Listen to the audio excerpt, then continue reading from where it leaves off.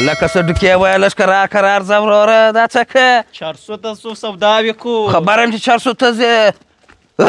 ګلماده الله دې راوله د نمیز و الله مو راوله جوړ په خیر ښه یې په خیر یې خیریت دی د نمیزو روژه خو دې نه خوړه خوراک کونجه کې ناست وې یا روژه مې نه خوړ ته چېرې روان یاست خو زه ښار ته ځو نه ځې څه کوئ وروره بس دا دې ماپښې د ځان رسو ماښام دی وروره یو چمپل و بوټ یو اختر دی نه یو خولۍ و یو صدرۍ مدرۍ به پیدا کوو نو ښه درځه نو ولاړ شه چرت مه وه چرت که دې والې کار خرابېږي زه نو څه کوم څنګه څه که 400 ته زه چمپلان نه لرم ورې بیا راپورته ما کوو سره پیسې نشته وروره ولاړ به سو شاه بازار ته به ولاړ سو وروره ایرات بازار ته به ولاړ سو رش کش ډېر دی دوکاندار په خبرو اخته کړو تر اوسه پورې موږ تاسې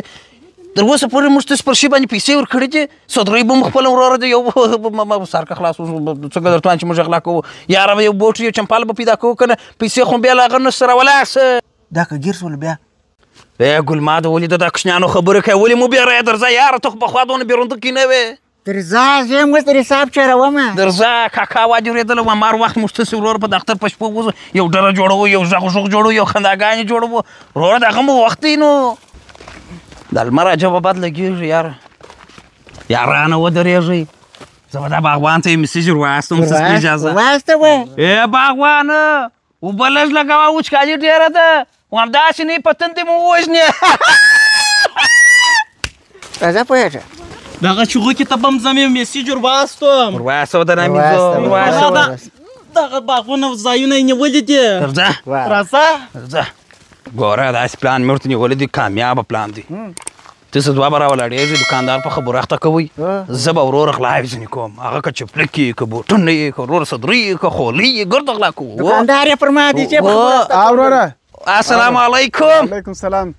خدای خو دې راوله معلم صاحب دا معلم صاحب دی معلم صاحب راوله نیم معلم صاحب په خیره دا څه به یاره معلم صاحب دی لږه ویلی دی ته څه کوې دغه دی دلته ما د اساس خبرې اړ دی چېرې روان یاست خیرات خو به ښار ته ځو یاره ته ښار ته د غلا دپاره ځئ یو وایي چمپلان به پورته کړو بل وایي خولۍ به پورته کړو بل وایي دوکاندار په خبرو اخته کړو دا مه کوئ دا ښه د اساس مشران به دا څه وایي مشران چې راکړي بیا دې موږ وکړله پیسو ته مو ګوره بوټو ته مو ګوره تاسو ورته ځان سره داسې فکر کړی دی اوس موږ چېرې روان یو د ښار خلکو طبیعت ور څه جلا دی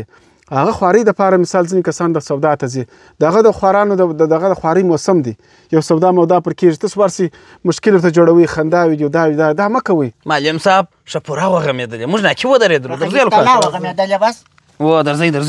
دا د 2 ورځې معلمان چې ستا چې خلاص یو 2 تورې ووایي بهرنو نصیحت کوي ګلماده هغه د معلم صاحب وروره روان دی خورا ډېر نصیحت نه کوله ورور یې راځئ چې بویه څو ښار ته نه به راسره ولاړ شي بیا څو ښه هر کار چې مخته به دی ورولو چې دی مشر دی دی مو مشر هغه دې رالي خدای دې راوله د نامیز و خدای دې راوله دا چې کم چیل کاروې ته تیل څه کوې زه ځم خپل کور ته کور به څه شي وکړي انډوال صدرۍ سړی بوټونه چې کړي هغه چوله ما را نیولي دي زما ورور را نیولي دي درځه بل ورور چې نه چې کړي هغه دپاره را پیدا کړو راځه نو راځې لا که نه ځې وروره ارې زما ستا غوندې نه شي کېدای د معلم وروره پر وژا دې جوز دی پر وژا دې جوز دی پر دا بله خدای دې درته وکړي